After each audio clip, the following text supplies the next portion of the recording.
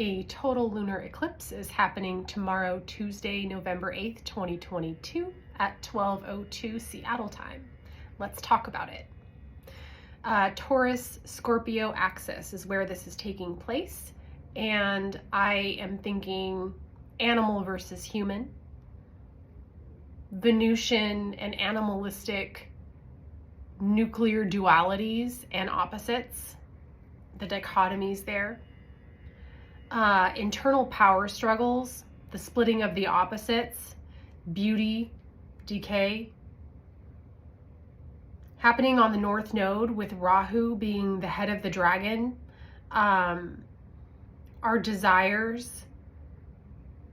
Some people also consider this North Node a place of our destiny.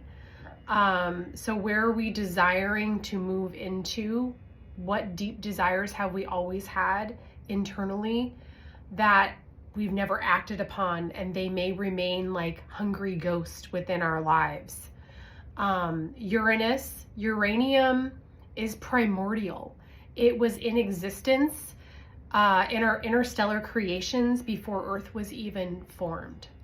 So this is deep, ancient, primordial essence. Uranium is used as fuel for nuclear power plants, but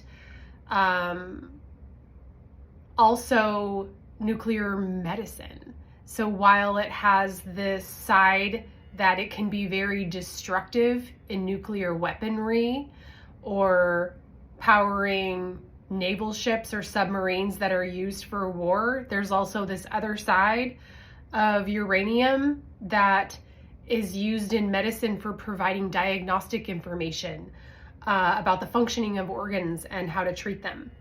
This leads me to ask, what deep part of our own nucleus is speaking to us through our own plasma, through the marrow held within our bones, the deep core of us, the primordial aspects of us? Where have we outgrown ourselves? Are we working with desires that we once had and never actualized, never acted upon, and now they're outdated? How can we transform these desires to match our new perspectives that we have now? And how can we work with them with raw beauty? What are you craving? What are you longing for? What are you dreaming for? This eclipse is also asking us where we feel satiated in our sexuality and our creativity, which is much about longing, desire, dreams. If you want to know where this is happening for you in your chart, I would suggest going to astro.com. Super easy to put in your birth data and cast a chart, and then you'll be able to see where the axis is taking place personally in what houses for you and where your North Node is. With the North Node being the head of the dragon that is eating our desires, it is eating things to get us to our desire, get us to our destiny, our desires. Where do you feel this in your body? And what is allowing us to digest this? So the North Node is just the head of the dragon. We have the whole rest of the dragon that spirals around.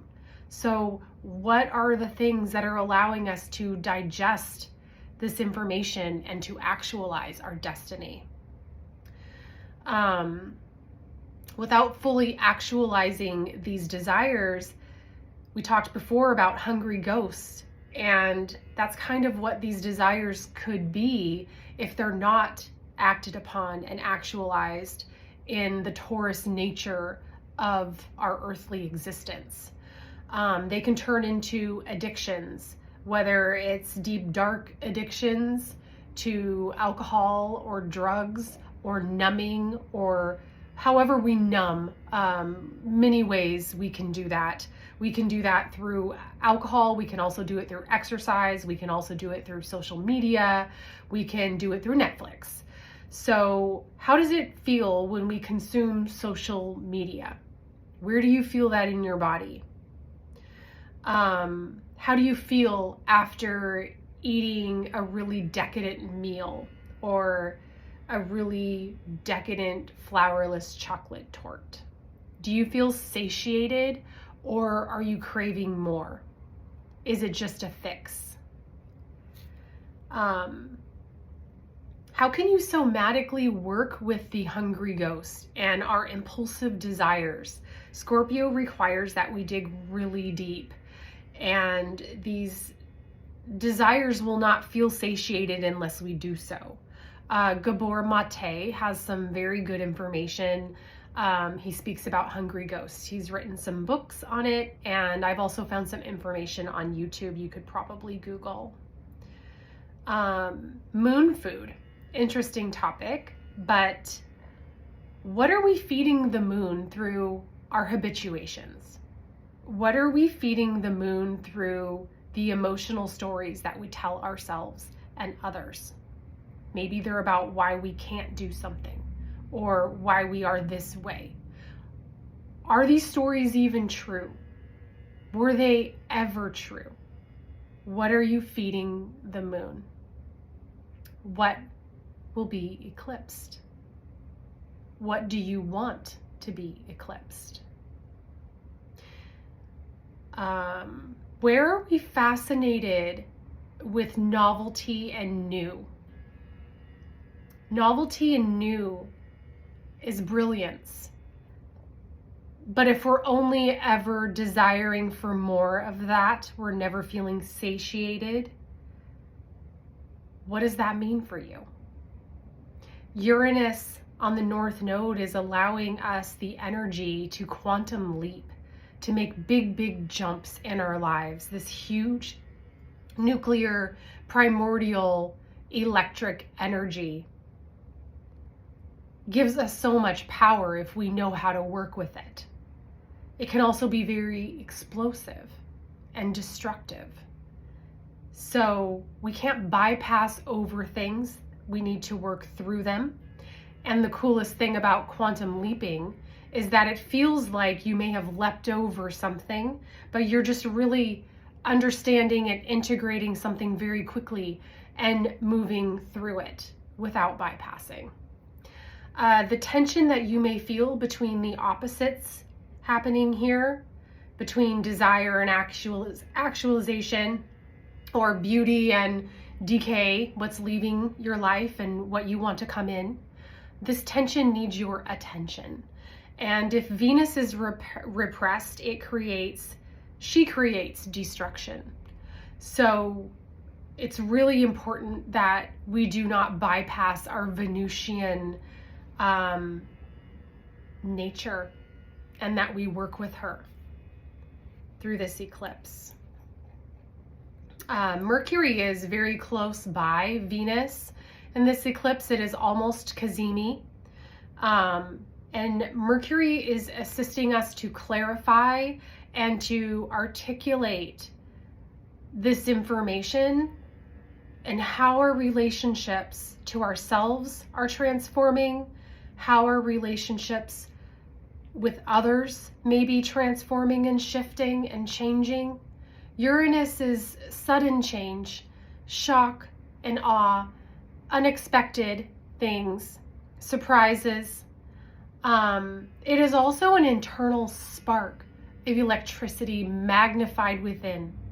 So contextually, in our relationships with ourselves, where are we allowing ourselves to transform? How are we allowing ourselves to shift in our relationship to others and our community? What new messages are appearing to you right now? How are they familiar? We're cyclical in nature. So while these ideas might feel very new, they might also feel familiar. Like, oh yeah, I had this desire before. Or, oh yeah, this is a brand new way of doing this. The next total lunar eclipse will not happen for us again until 2025.